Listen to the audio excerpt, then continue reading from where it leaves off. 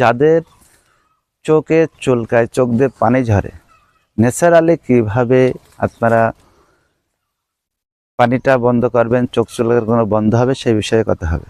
আমার সামনে যে উদ্ভিদটা দেখছেন, এই উদ্ভিদটার নাম হচ্ছে হাতির গাছ। অঞ্চল ভিত্তিক ভিন্ন নাম হইতে পারে, আর এর বিভিন্ন রকম কাজ আছে। মূলে এক কাজ, কাণ্ডে এক কাজ আছে, পাতায় এক কাজ আছে।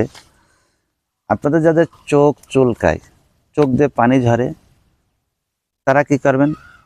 হাতির গাছের পাতা উঠাবেন, উঠানোর পরে এটা পরিষ্কার পানি দিয়ে ধুয়ে নেবেন। ধুয়ে নেওয়ার পরে হাতে দিয়ে থেতো করে, যে চোখে আপনার সমস্যা, চুলকাচ্ছে, যে চোখে আপনার পানি ঝরছে, সেই চোখে থেতো করার পরে হাতে ডলে নিয়ে 1 ফুট রস দেবেন। অনলি 1 ফুট রস দেন, 2 থেকে 3 বার দেন, ইনশাল্লাহ আপনার চোখ ভালো হয়ে যাবে, আর কোনো সমস্যা থাকবে না। আমাদের সাথে থাকতে আমাদের চ্যানেলটিকে ফলো দিয়ে রাখুন। আসসালামু আলাইকুম।